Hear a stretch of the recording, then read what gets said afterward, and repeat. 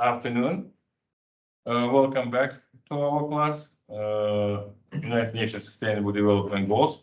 And today is our traditional day. We have another VIP guest, dignitary. We now need to highlight our own dignitaries. I mean, students who graduated from UVU with the political science and made a tremendous contribution to those issues which we are discussing during class here. And I would like to ask now Stefan Atkinson, who is the president of UIMF, to introduce our guest.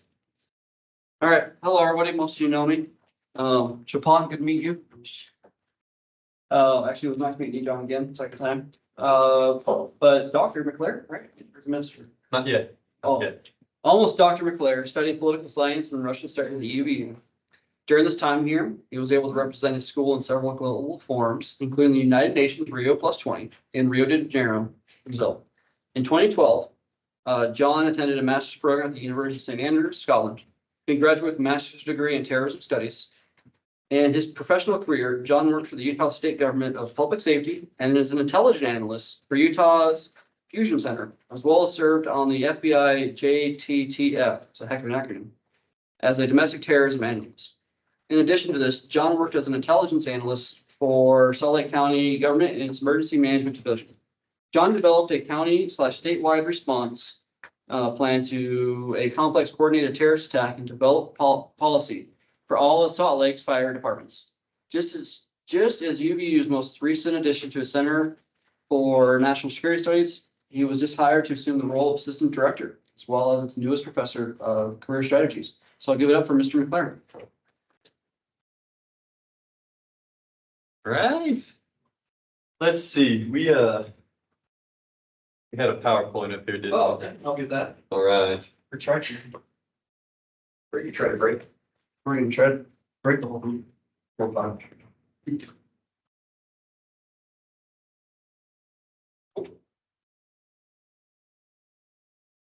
Perfect.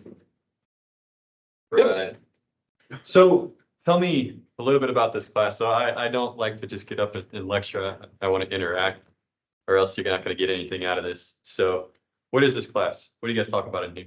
What are you studying? Nations Sustainable Development. Okay. So how many of you are working in support of this initiative? Everybody. One. So what kinds of things are you working on right now? We have the CSW 68 coming up, Mission of Size of Women. Okay. Some of us are going to New York to present, and then there's a parallel event that will be hosting here the week after, which we all get up to that. Fantastic. What kind of presentations are you guys doing? We're doing about student-based learning at Okay. UVU and empowering women through that inclusion. Fantastic. Fantastic. How many got to go to New York? Four.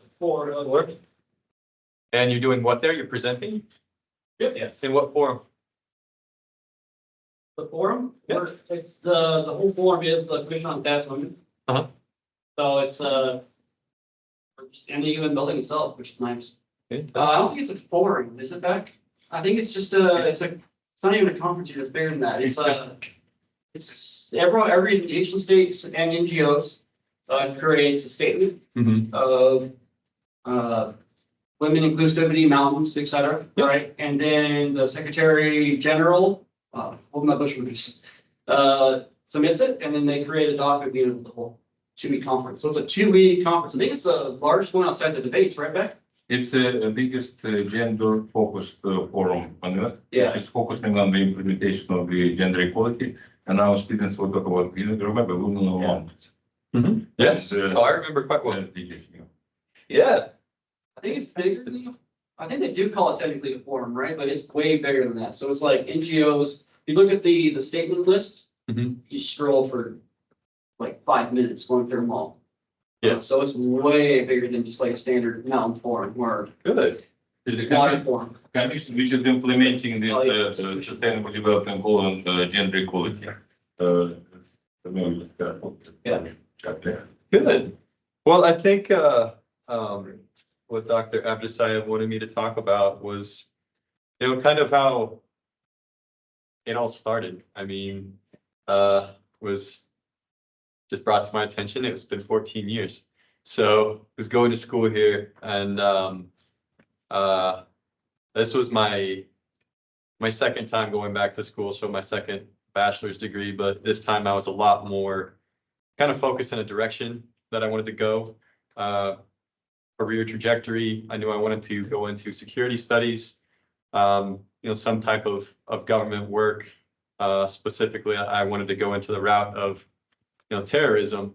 But a couple professors that I studied under while I was here, specifically this one right here, he gave me a pathway in which to kind of go forward with my trajectory. In the onset, I didn't quite understand it, He just kept spitting these words, sustainable development, at me. I'm like, what the hell is that? What is sustainable development? Why do I care about that? I want to talk about terrorists. He's like, well, you have terrorists in mountain regions around the world. It's like, yes. So who do they affect? So we start looking at the populations that are affected. I found my niche.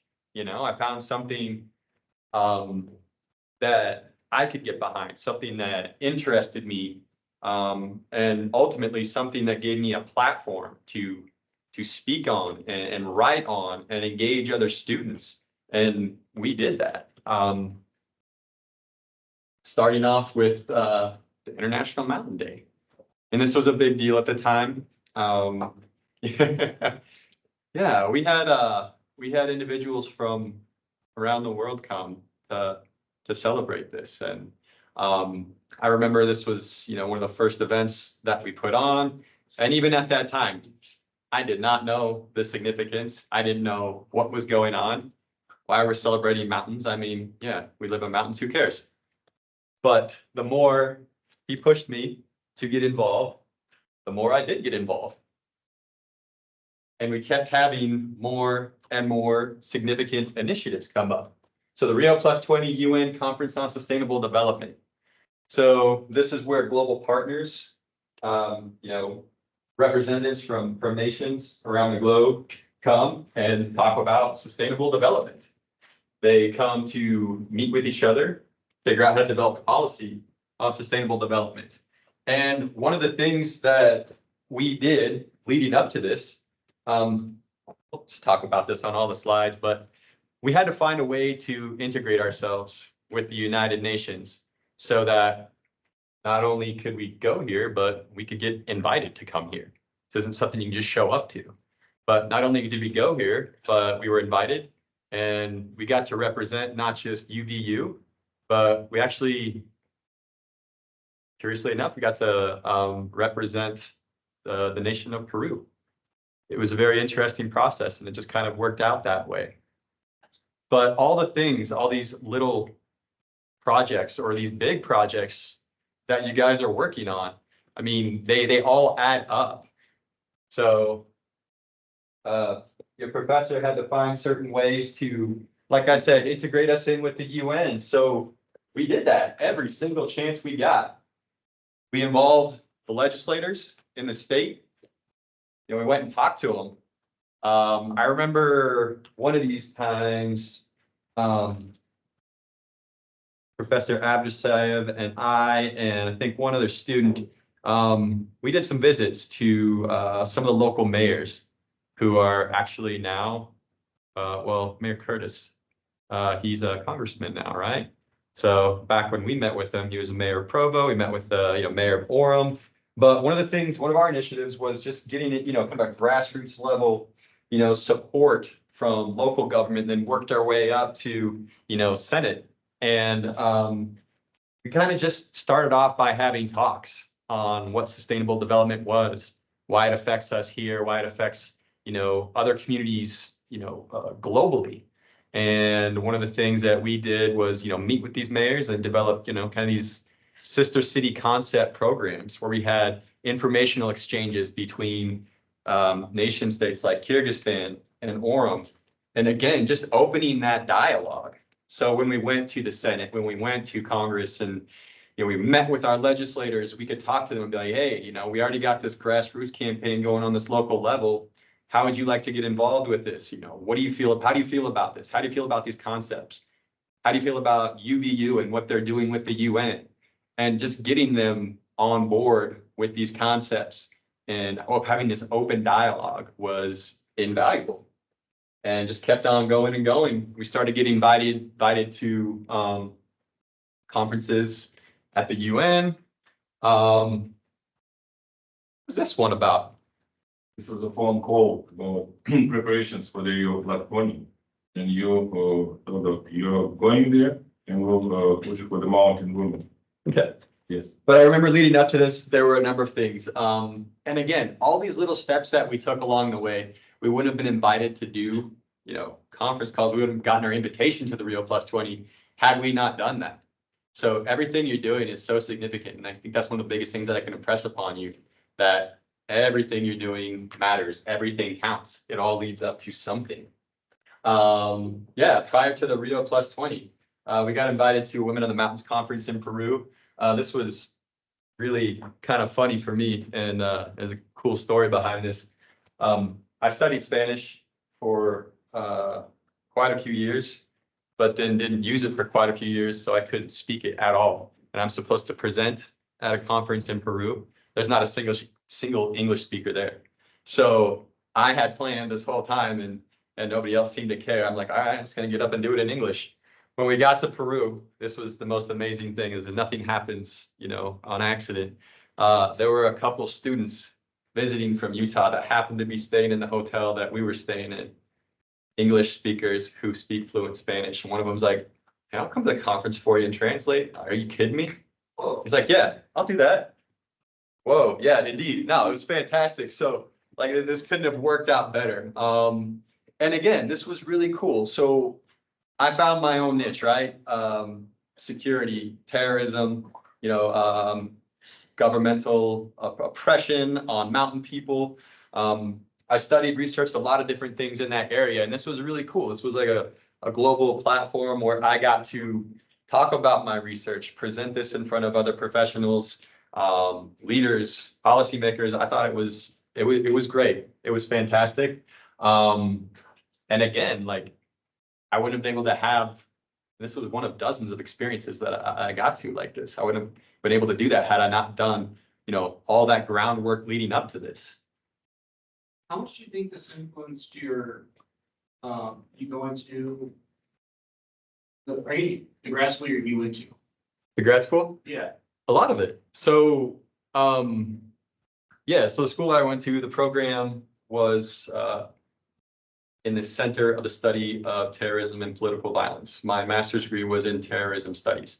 So all the research that I did with sustainable mountain development, the Women of the Mountain, I did stuff that other students weren't doing.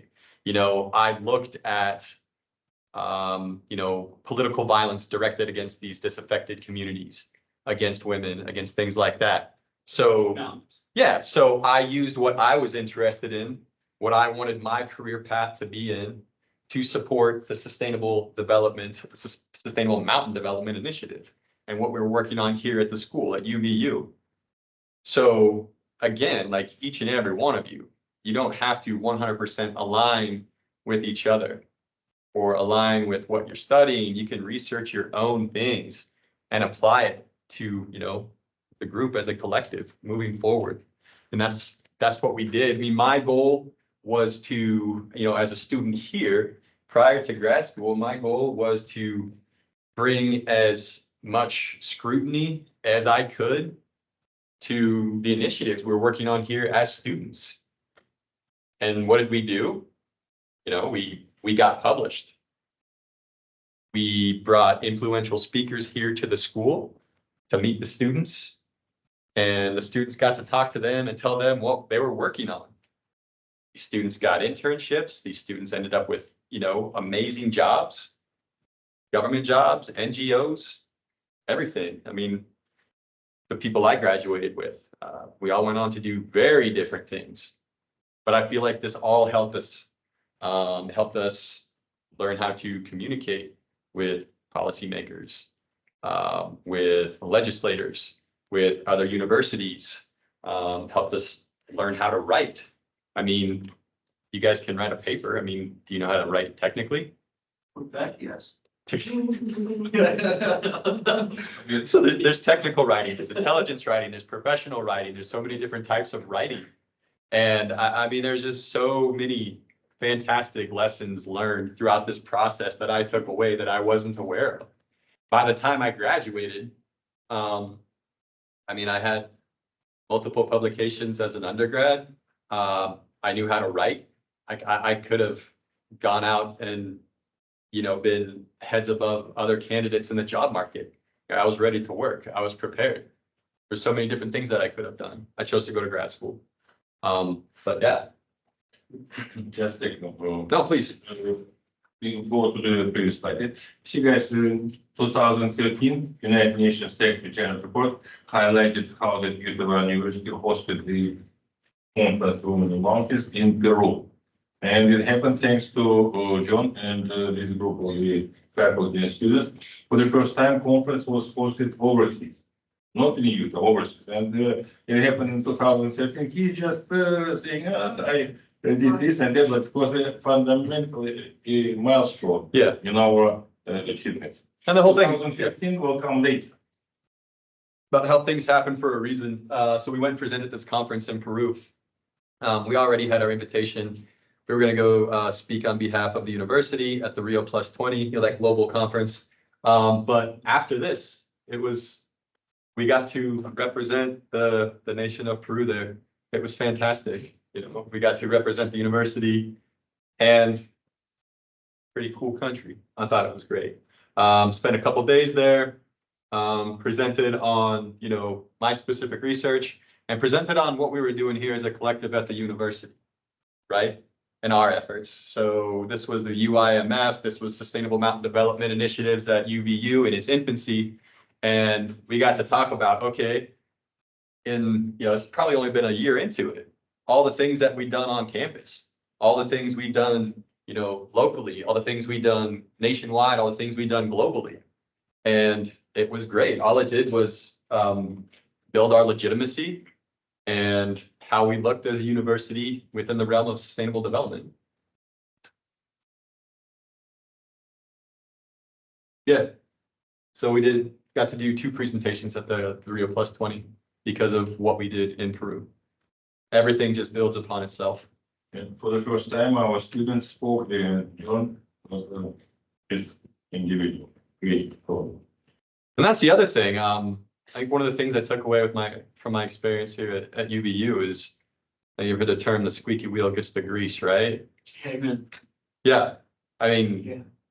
I being back here at the university, I'm obviously, you know, in a different department. I'll talk about that in a minute. But I'm looking at the students that we just sent one of our students to Azerbaijan to do an internship, and it was short notice, you know, like we told her 2 weeks before she had to leave, like, hey, do you want this? Do you want to go? She's like, yes, done. And we sent her. But that's the thing, because of her proactivity and the things that she's done at the university, representing the university. I mean, she was the first to go. I can't count how many countries I traveled to when I was going to school here because of the work that I was doing on campus. I remember, you know, professor and I both caught a lot of flack from faculty stating, you know, why is a student going and not a faculty member? And I remember our faculty chair speaking up saying, well, what have you done? Beck did this. John's doing this. What have you done? Why should you be the one to represent the university when these are the people that are doing the work? You know, because you are students, you are not limited to these leadership roles. What's that Conley? What's that? What's that Conley? Oh yeah, he was a great mouthpiece for us. Great supporter, absolutely. Yeah. So, I mean, that's the thing. One of the biggest things I want to impress upon you is, you know, write, get published, take chances, do internships, travel. Like, you guys have so many options to do things, to do great things. And it's not just the resume builder. This is going to shape the, you know, the trajectory of your career moving forward. And just more photo ops from Rio Plus 20. So contribution in the creation of the Mountain Partnership Regional Hub in Aspen. So prior to the Rio Plus 20, we all started working on this regional document, talking about a lot of different concerns within the mountain regions, specifically our mountain region. But there were student contributions, there were different contributions from government NGOs. But one of the things that we just did in the onset is we just inserted ourselves and just essentially told people, hey, we're coming, we're participating. Nobody really ever told us no, so we just did it. But I mean, we showed up at these workshops right here, and what did we get out of this? We got editing credits for official UN documents. We got to collaborate with other people that are supporting sustainable mountain development initiatives within the region. And again, we got UVU's name on the map.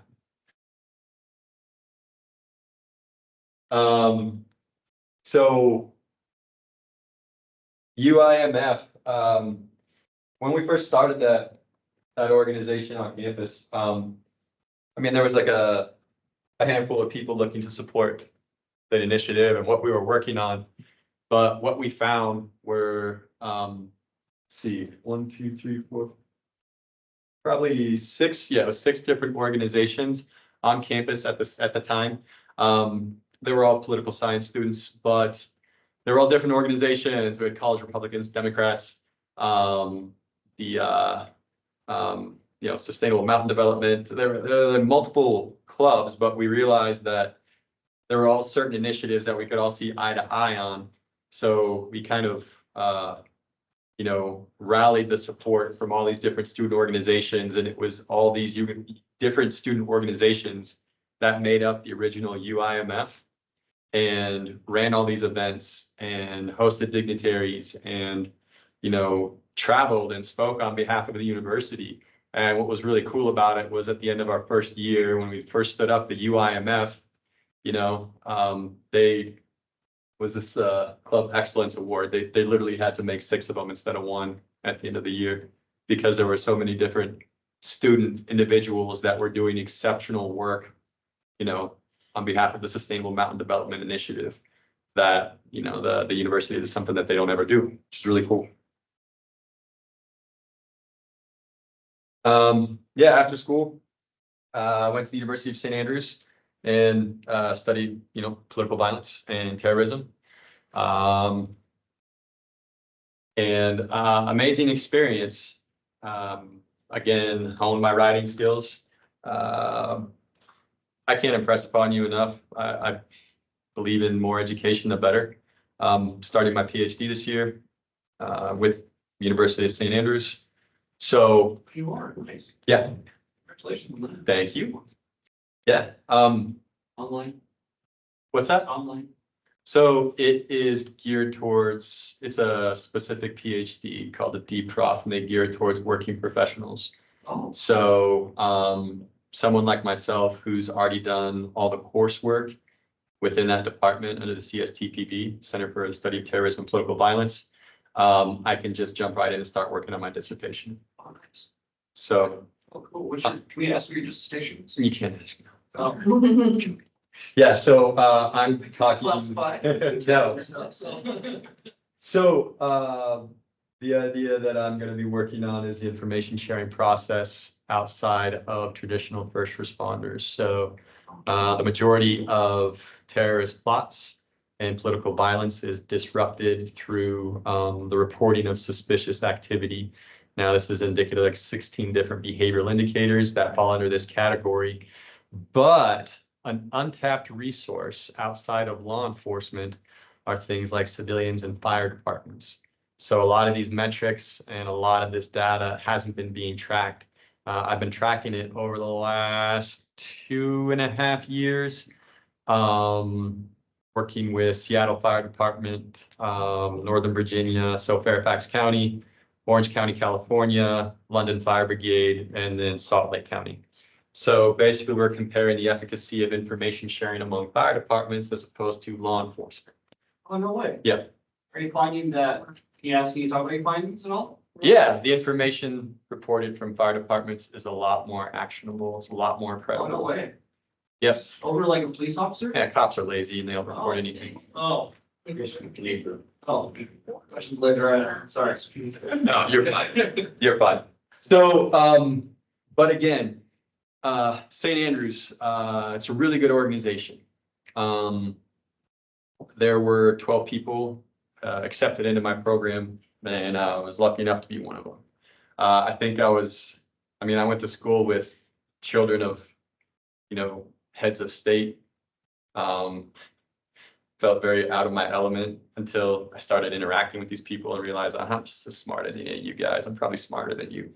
But it was interesting. Like I would go to class, I'd come back on Monday, like leave, have a week of school, go home on the weekends. I had a 1-year-old at the time, and I'd go home and just hang out with him on the weekends, go back to school on Monday, and all the students would be talking about what they did over the weekend, be like, oh, I flew to France over the weekend, or, I flew to Greece and, met my dad, blah, blah, blah. And like, what did you do?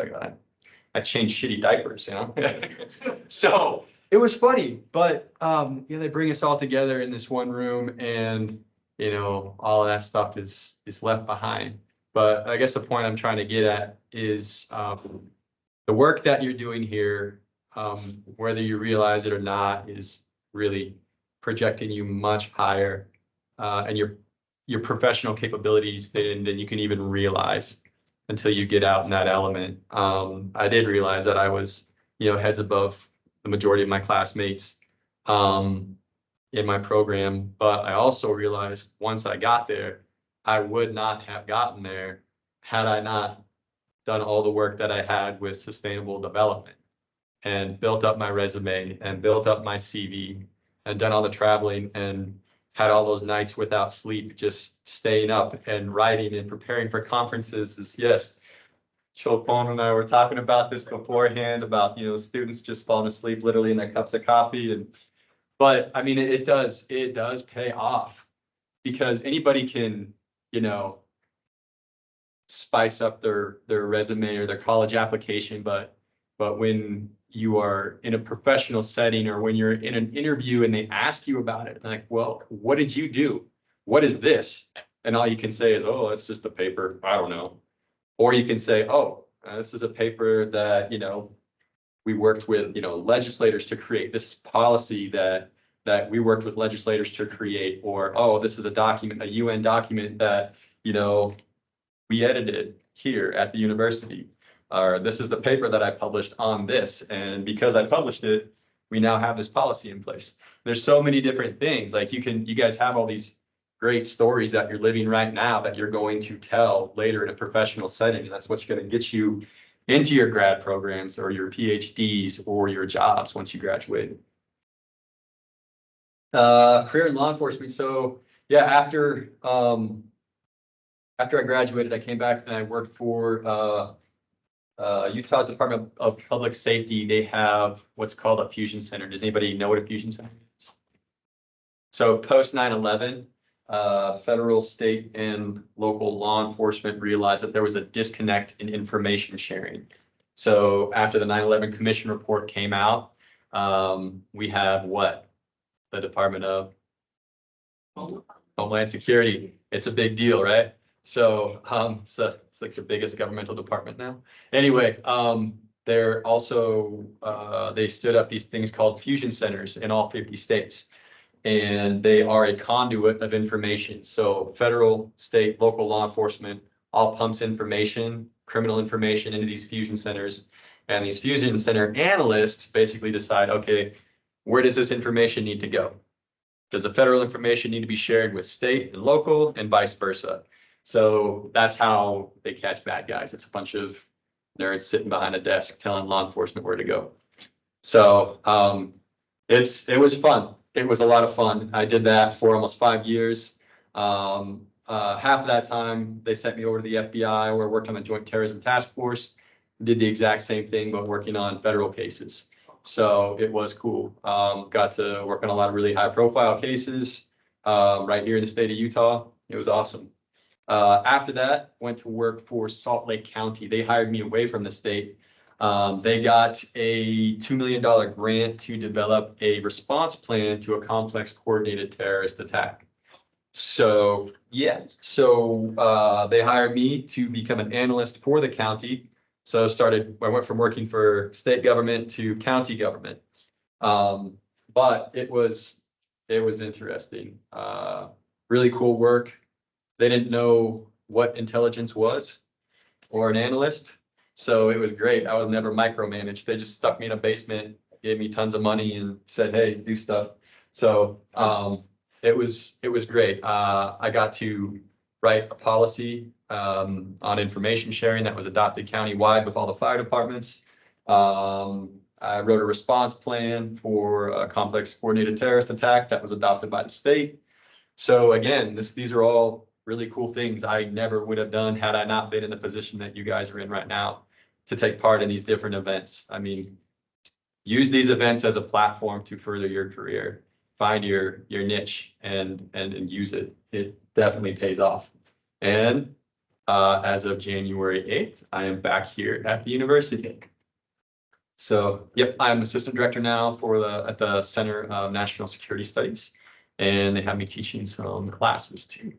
So, again, it all just comes full circle. When they were looking to fill this position, they wanted somebody with practical experience, real world experience. And again, it's step upon layer upon layer. Building up to this, I never would have gotten into the position that I am now had I not had all the professional experience I've had in the last decade. I wouldn't have had all that professional experience had I not gotten essentially professional experience here at UVU, doing all the things that you guys are doing. So I guess my biggest piece of advice is do not ever limit yourself. You guys should be publishing stuff right now. You know, you should have stuff, you should have those notches in your belt already publishing things. If you're not, start on it. If you guys find yourself, probably not, but if you find yourself needing something to work on, or you finish a project, ask for more. There's a guy right here, I'm sure, that can help you find some stuff to work on. So We'll find out. but it absolutely pays off. The things you're working on right now, they're not little things in the grand scheme of things.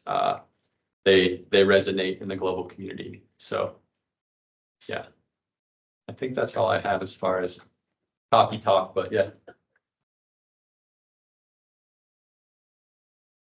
And you remember that last time we had talked about it, how Rio Plus 20 was really important, setting this for stores, this sustainable development goals. And John here is a living example how civil society student representatives are able to add their voices and make sure that certain agenda would be included in the sustainable development goals, again, among those priorities or whatever. So it's why at that time we didn't think about it, John, you remember? Mhm. But no, when he came back and after time passed and now through the textbook, we are learning from the ambassador Kamal what kind of extraordinary job guys you did during the visits and activities at Rio Plus 20.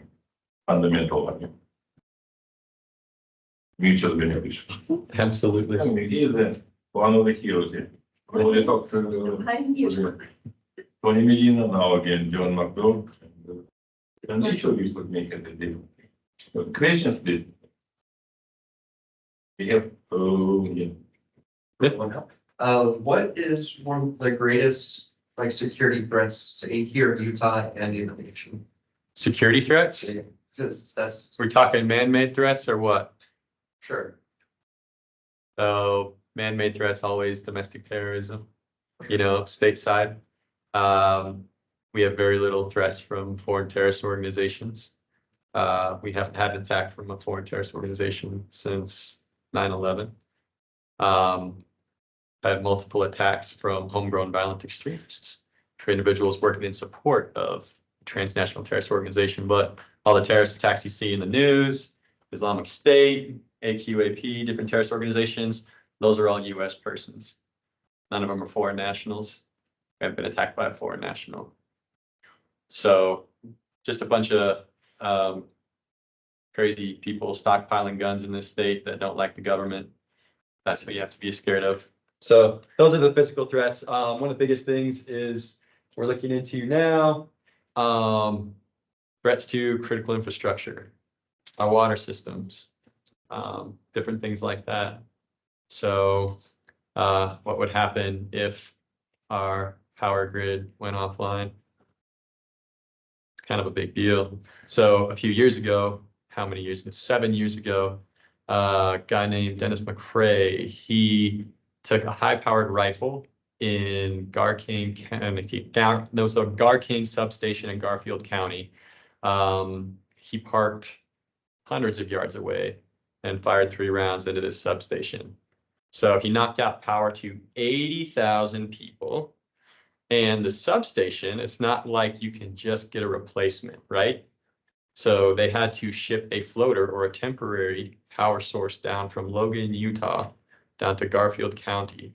So you had 80,000 people without power for 3 days. So, and that was a little deal. That wasn't a big deal. So what happens if somebody really knows what they're doing? He didn't know what he was doing. You know, he just was an environmental activist.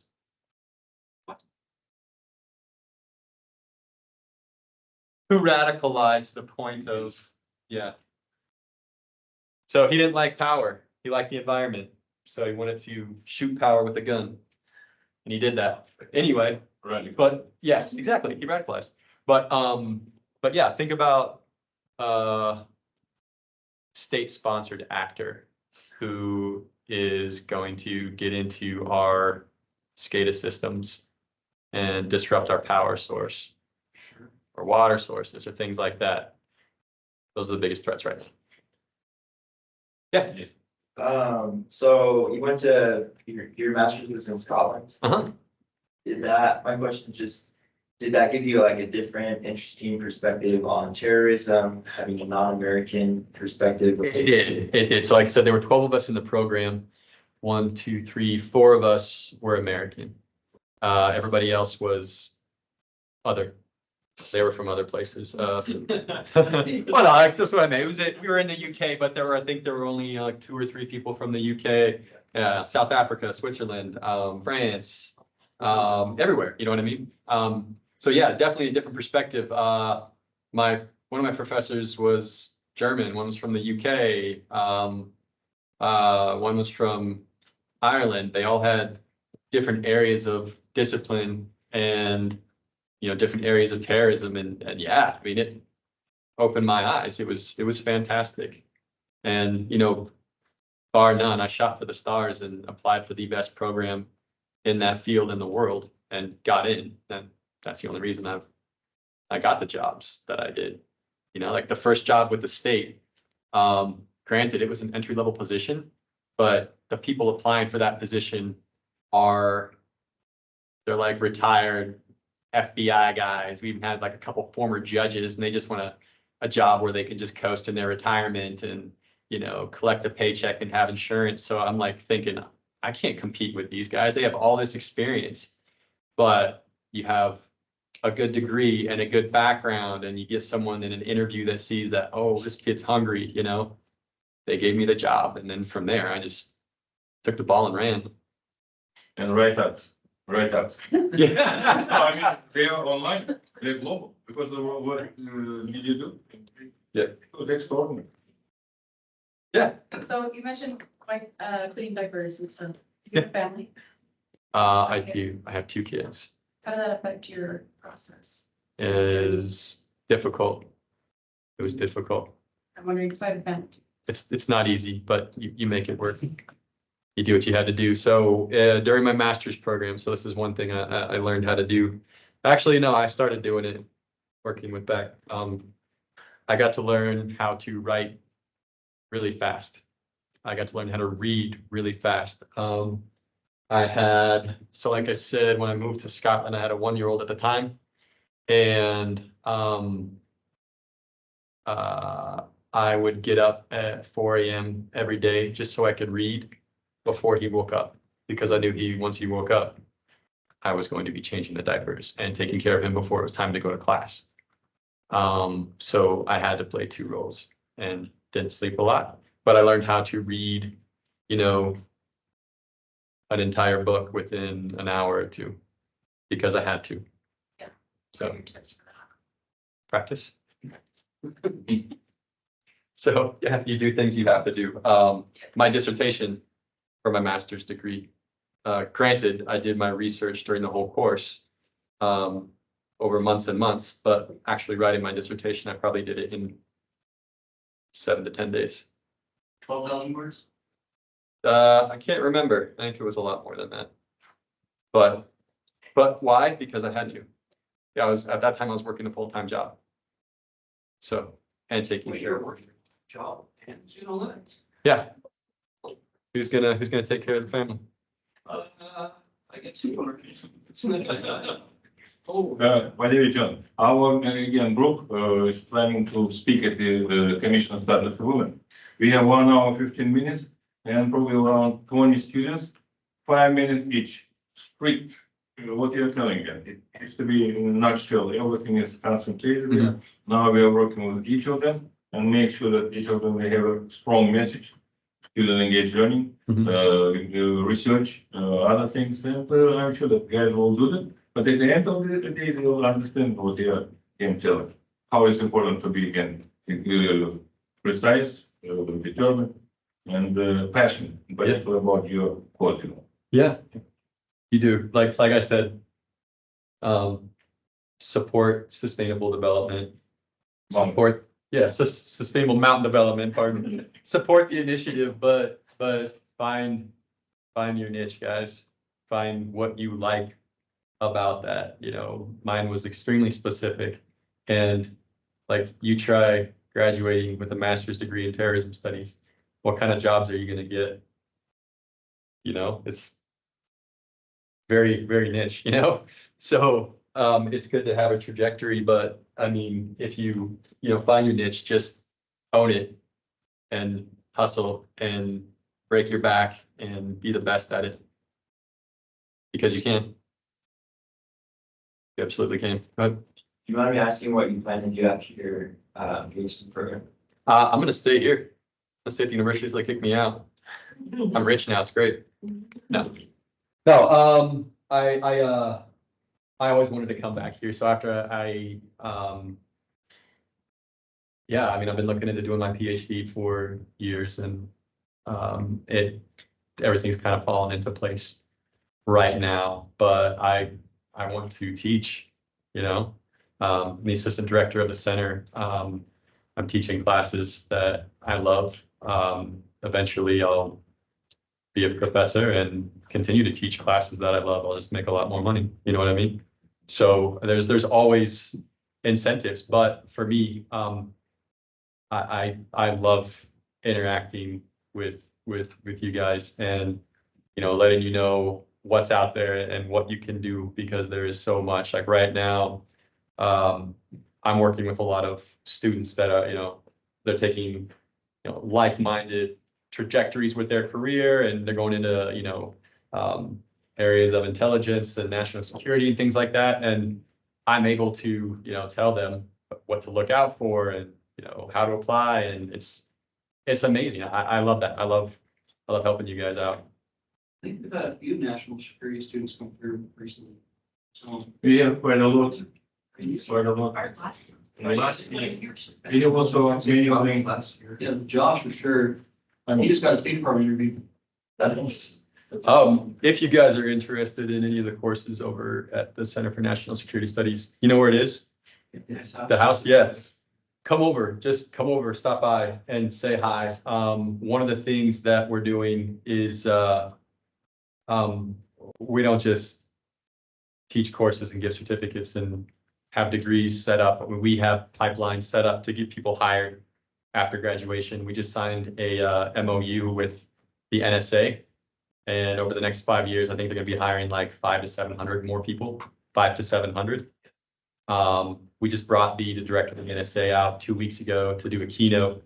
And that's the thing when I talk about take advantage of every opportunity. He brought with him the two directors here in the state of Utah, of NSA Utah, and he brought out his director of HR, right? And he told everybody, yeah, we're looking to hire, 500 to 700 more people who wants a job. So one of the things that we do is, we line people up and try and get them hired as professionals right after graduation. Beth, would you go back to the? So we have, just a second, we have 2 minutes, probably I'll stop recording it, and after that we have ceremony. Proper one. You don't have questions, guys? We have a couple of minutes left, yeah? Do you have any other question? Oh, Carter. No, it's our.